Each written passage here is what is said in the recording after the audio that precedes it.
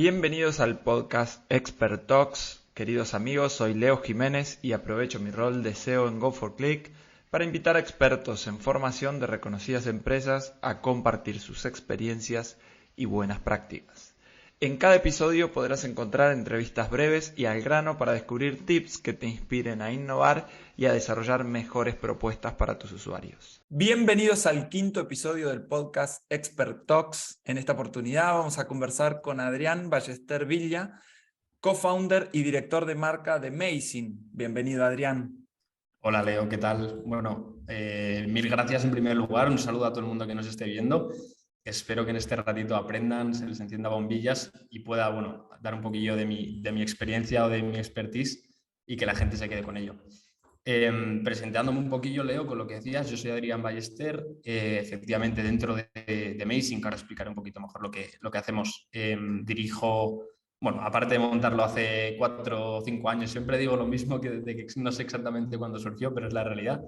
Como empresa surgió hace 3 años. Dirijo pues la parte más, por un lado estoy en el día a día de lo que llamamos la crew para nosotros, que es nuestra comunidad de jóvenes, ahora lo explicaré un poquito mejor y lo entenderá la gente, y luego toda la parte más de marketing, de marca, ¿no? de Amazing. En Amazing básicamente lo que hacemos es trabajar con organizaciones o instituciones, tanto públicas como privadas. De hecho, la mayoría son empresas grandes, tradicionales, que tienen una problemática que es que no están entendiendo o no están conectando con el público joven. Es decir, el corte de empresa con el que trabajamos, como decía, suelen ser empresas medianas, grandes, generalmente más tradicionales, es decir, que llevan muchos años en su sector o en su mercado y les ha costado evolucionar o adaptarse a ciertos cambios que demandan los nuevos consumidores. Nosotros en este caso estamos especializados en generación Z. También trabajamos, como digo, dentro de esto, al final somos muy nicho en cuanto a generación Z, pero muy transversales en cuanto a sectores. También trabajamos pues con ayuntamientos, diputaciones y tal, que también pues quieren empaparse de nuestro conocimiento.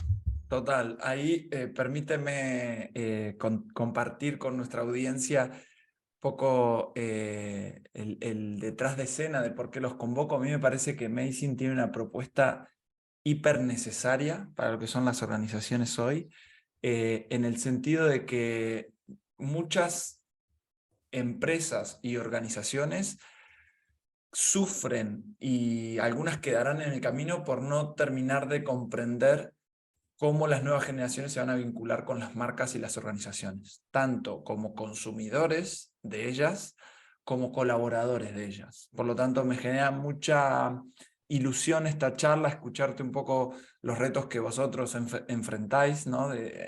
Prestando este servicio, para echar un poco de luz sobre una generación que para muchos de nosotros son como una caja negra, ¿no? Y para ti, que incluso eres parte de esa generación, me parecía súper interesante escucharlos porque son súper innovadores, disruptivos, tienen una mentalidad particular y creo que podremos capitalizar experiencias que tú desde dentro nos puedas compartir. Así que agradecerte de nuevo por sumarte a este espacio.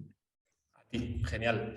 Totalmente, o sea, lo que dices, Leo, al final el reto que nosotros nos encontrábamos desde el primer momento es prácticamente lo que nos da la coherencia y el valor, que es ser miembros de esta generación.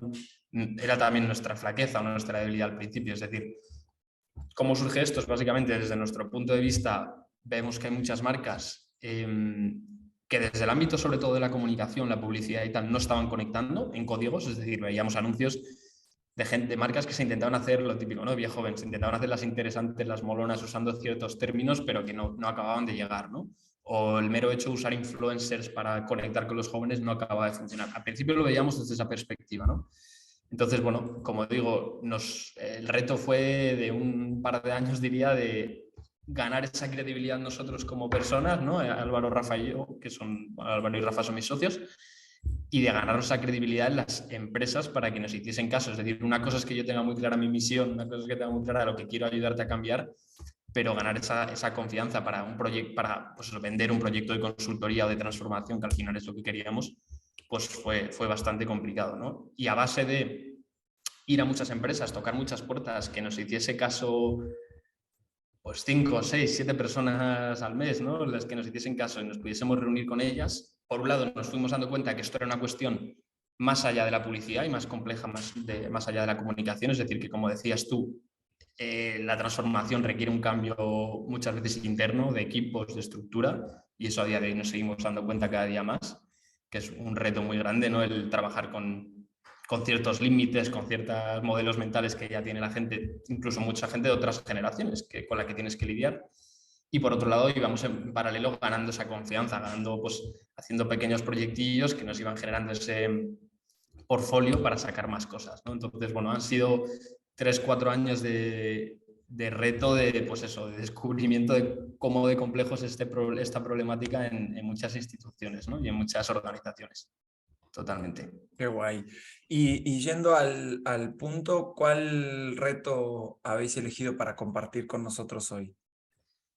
Pues comparto un reto que está generalizado en la mayoría de los proyectos que tenemos y me voy a apoyar en un caso en concreto, que además es bastante paradigmático para nosotros porque al final fue nuestro primer cliente. Muchas veces lo usamos como ejemplo de proceso global o total de lo que hacemos en Macy, ¿vale? Entonces, como decía, al principio nos costaba mucho generar esa confianza, esa credibilidad. Nosotros íbamos a un cliente diciendo, oye, te vamos a transformar para que conectes con la generación Z. Al final era coherente porque éramos unos pipiolos, pero en el momento de aterrizar la metodología o en el momento que nos preguntaban, vale, ¿y qué vas a hacer conmigo? ¿O de qué punto a qué punto me vas a llevar ahí? Obviamente, pues flaqueábamos bastante, ¿no?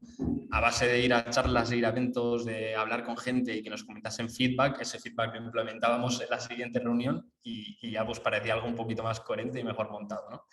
Entonces, la principal barrera o reto, respondiendo a lo que dices, Leo, es principalmente, yo creo, ese choque generacional o de mindset, digamos, de la manera de trabajar. Nosotros nos llamábamos consultora generacional, pero realmente lo que ofrecíamos, lo que teníamos en mente no era una consultora al uso, es decir, no teníamos ninguna referencia de cómo se hacía consultoría.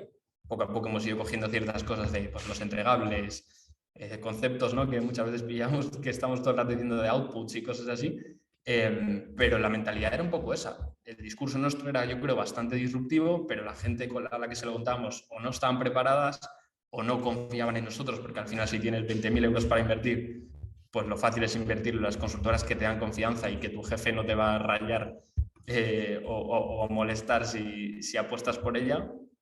Y ese fue un poco el reto, ese gap generacional, ese gap de confianza que teníamos desde el primer momento. Entonces, el caso que te iba a decir es paradores de turismo.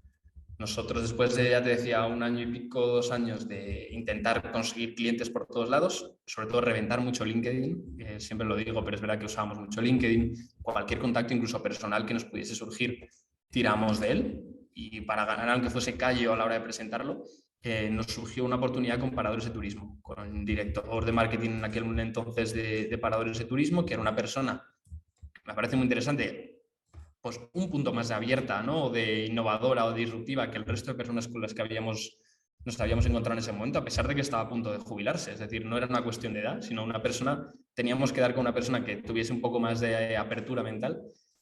Y nada, en aquel entonces íbamos con un discurso de te ayudamos a conectar con el público universitario, estaba mucho más centrado en el público universitario y nos dio la oportunidad de reunirnos con él. Hicimos un portfolio, me acuerdo, en un fin de semana que teníamos ahí, que nos inventamos el servicio que hacíamos, que era eso, ayudar a una marca a entrar en el entorno universitario, y tuvimos una primera reunión. Después de esa reunión, lo que les planteamos nosotros era un proceso de 2-3 meses, digamos, de trabajar con ellos, con chavales de distintas universidades aquí en Madrid, proceso de investigación, pero también de co-creación, de generar ideas y tal. Y el reto, pues al principio fue un poco ese, ¿no? Es decir, desconfianza suya, desconocimiento, porque nunca habían trabajado así. No sé si habrían trabajado en consultoras, supongo que muchas, obviamente, en su vida. Al final, Paradores también es una empresa grande y semipública, pero no de esa manera tan coloquial como planteábamos nosotros, de oye, vamos a hacer sesiones con chavales en las unis, de 3 unis distintas, te voy a hacer un entregable que ni nosotros sabíamos cómo iba a ser ese entregable en aquel entonces realmente.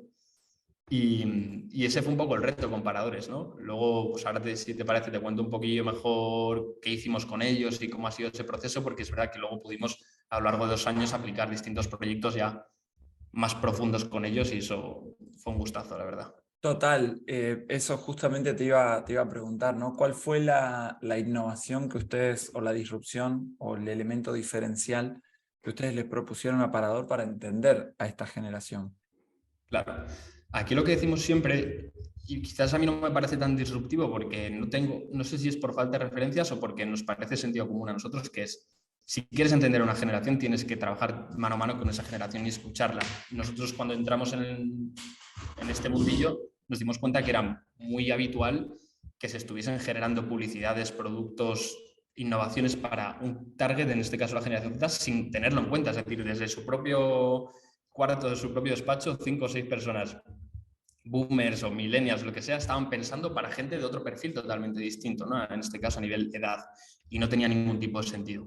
Entonces nosotros lo que planteamos era una serie de herramientas de consultoría o de investigación que parten desde el contexto propio de la generación Z, es decir, nosotros en aquel entonces hemos trabajado mucho hacer encuestas por Instagram, siendo conscientes por ejemplo, de las limitaciones que tiene cada herramienta metodológica. Es decir, la representatividad, por ejemplo, demográfica, no te la va a dar tanto Instagram porque no tienes manera de medir la edad, pero sí que te va a dar esa naturalidad en la respuesta y muchos verbatims muy potentes, ¿no? Y eso no se hacía en aquel entonces. La manera de extraer la información era con encuestas frías que ya te ponían un mindset de sesgo muchas veces, ¿no? Por ejemplo, o el mero hecho de que fuésemos nosotros quien entrevistásemos o hiciésemos sesiones de opinión con los chavales, también de alguna manera generaba esa empatía, ¿no? Se hace mucho siempre, se ha hecho en el mundo de la investigación de mercados, lo que son focus groups.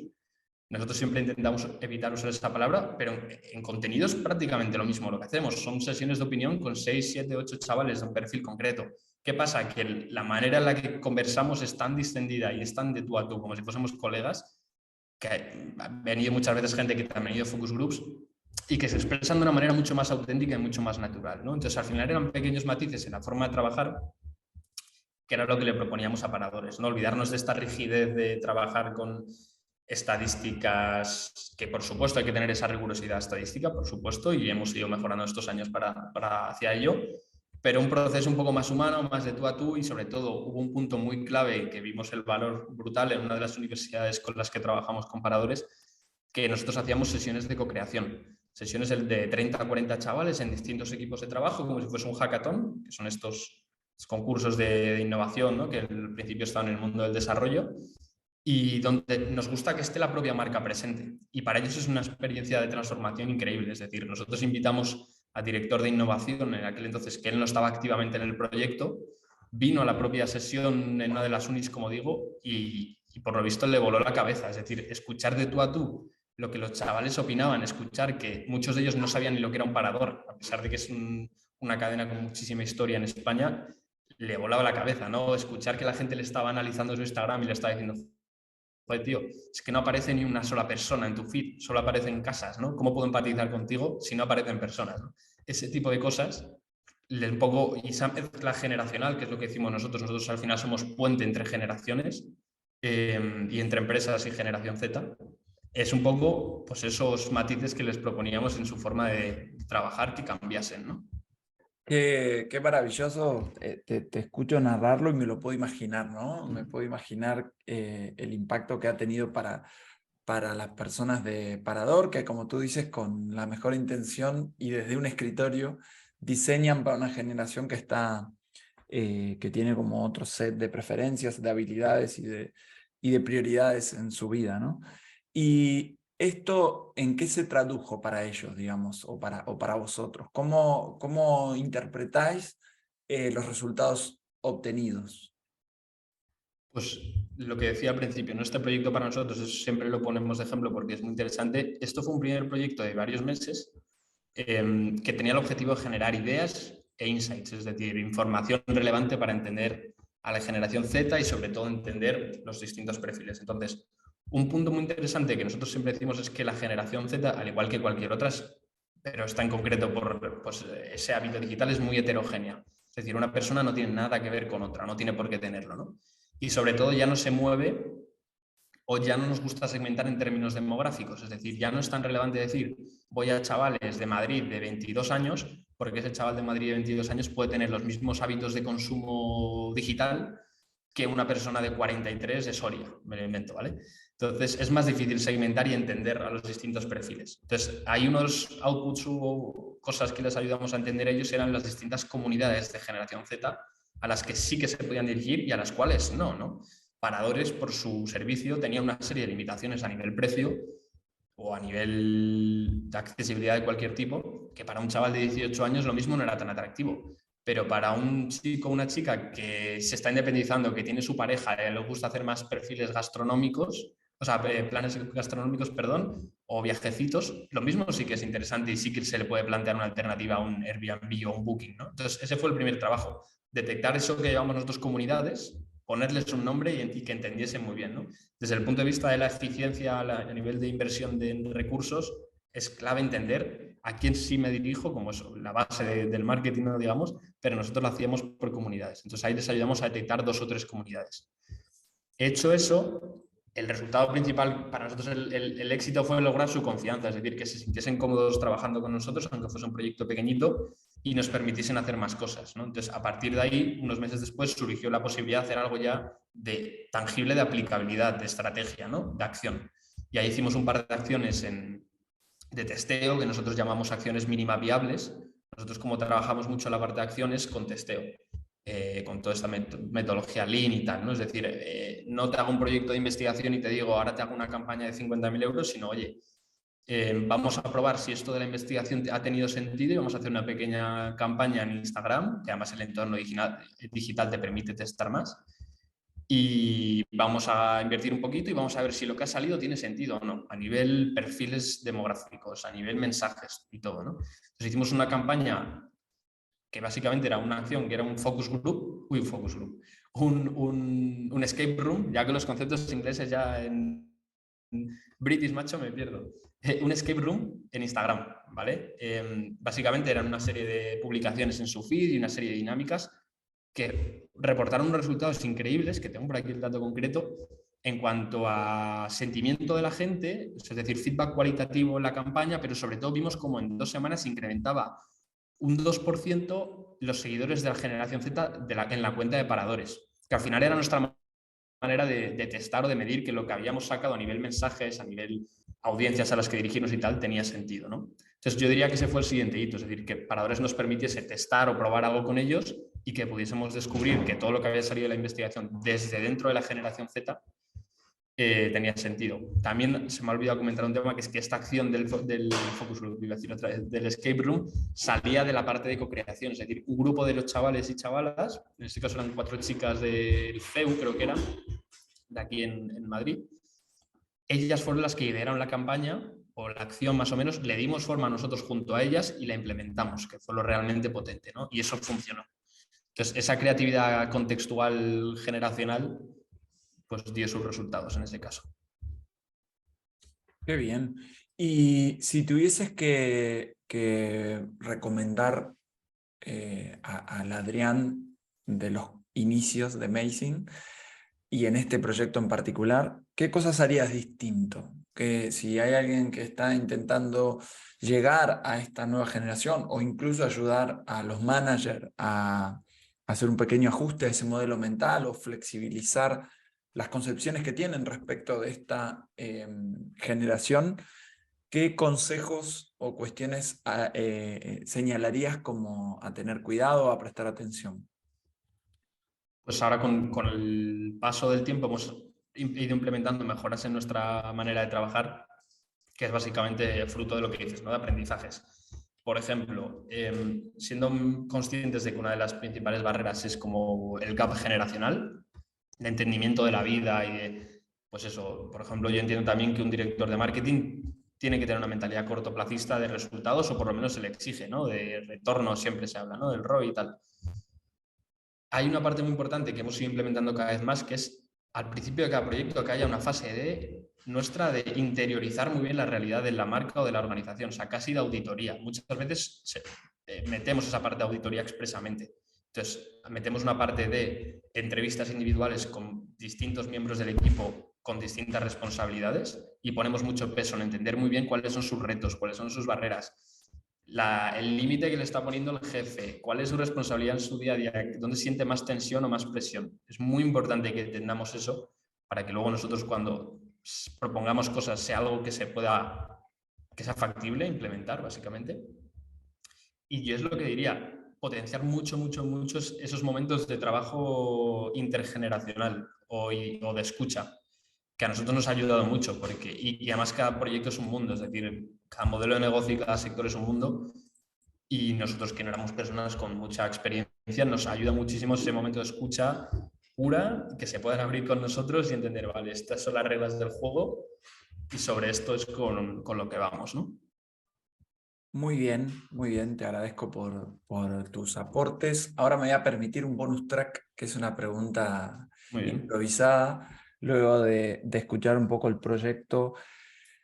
¿Cómo habéis lidiado o liderado el cambio de mindset que ha significado para vuestro cliente la disrupción que ustedes proponían, ¿no? Ustedes ya son naturalmente disruptivos porque de alguna manera lideran una generación que para muchos es desconocida, y entiendo que como manager o como referentes organizacionales, lo primero que surge ante lo distinto es el rechazo, ¿no? ¿Cómo habéis vosotros liderado ese sentimiento de entre comillas, rechazo o no sé, apatía, no sé muy bien cómo definirlo, frente a lo nuevo, a lo distinto? ¿Cómo lo habéis gestionado? Porque al final tienes que liderar un estado emocional de quien en definitiva es tu cliente, perdón. Entonces tienes que ahí equilibrar un poco las fuerzas y tener como mucha precaución respecto de cómo gestionas eso, ¿no? Totalmente, o sea, hay veces que es ingobernable, no ingestionable, y que es muy frustrante y la mayoría de esas veces no se ha traducido en proyectos, es decir, no, si hay un proceso de propuesta, pues no ha acabado vendiéndose por eso, por desconfianza y por miedo al cambio. Eso lo hemos detectado un montón de veces, ¿no? Miedo al cambio, como decía antes, por cambiar de proveedor. Tengo mi proveedor de toda la vida con el que me entiendo y la forma de trabajar estoy cómodo, o miedo al cambio de que lo que les vayamos a presentar a nosotros vaya a suponer tanto cambio que, ojo, ¿no? Entonces, ahí en esos casos pues hemos ido aprendiendo a detectar cuándo va a ser posible y cuándo no. Y hay veces que hay alguien que en 6 meses dices, o en un año o en 2 años te volverás a encontrar y dirás, vale, lo mismo ahora sí que su empresa está en una situación, o su departamento, o él mismo o ella misma, que sí que ahora mismo me acepta que le huele un poco la cabeza, y hay veces que no, ¿no? Entonces, efectivamente, lo que decías tú, Leo, es que a veces es una cuestión más casi de coaching y cada vez le vamos dando más importancia en el proceso, o sea, porque nuestra aspiración también es ir trabajando con CEOs, por ejemplo, cada vez más, que es quien tiene esa transversalidad en la empresa. Y para eso tienes que ser capaz de estar de tú a tú en una conversación de, como dices tú, y tener una capacidad de coaching y de abrirles la mente y hacerles ver el objetivo y tal, muy potente. Entonces ahí, bueno, también hay un punto que a nosotros nos ayuda mucho, que es rodearnos de partners con más experiencia que nosotros, muchas veces, y que nos den esa visión. Nosotros somos socios de una agencia que es justo donde estoy, que se llama Darwin y Verne. Entonces, esa parte que nos permite llegar a niveles de interlocución mayores y en esas conversaciones que dices tú más de confía en mí, pues también nos ayuda bastante. Entonces, sí, muchas veces es más una cuestión de herramientas emocionales y tal, que hay que ponerle mucho, mucho peso, porque al final, si queremos hacer proyectos de transformación de verdad, esa transformación empieza porque te den esa confianza y te permitan abrir sus entrañas, ¿no? Digamos.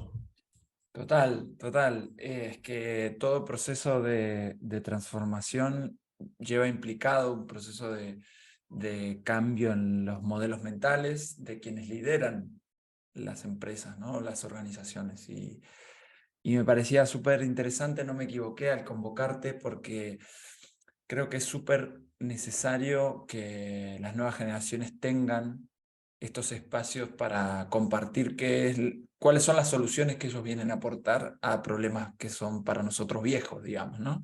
Que no hemos podido resolver. Así que, nada, sin más, agradecerte por haberte sumado a este espacio y ojalá encontremos alguna otra excusa para volver a conversar. Seguro que Adri, sí. Pues mil gracias, Leo. gracias a ti.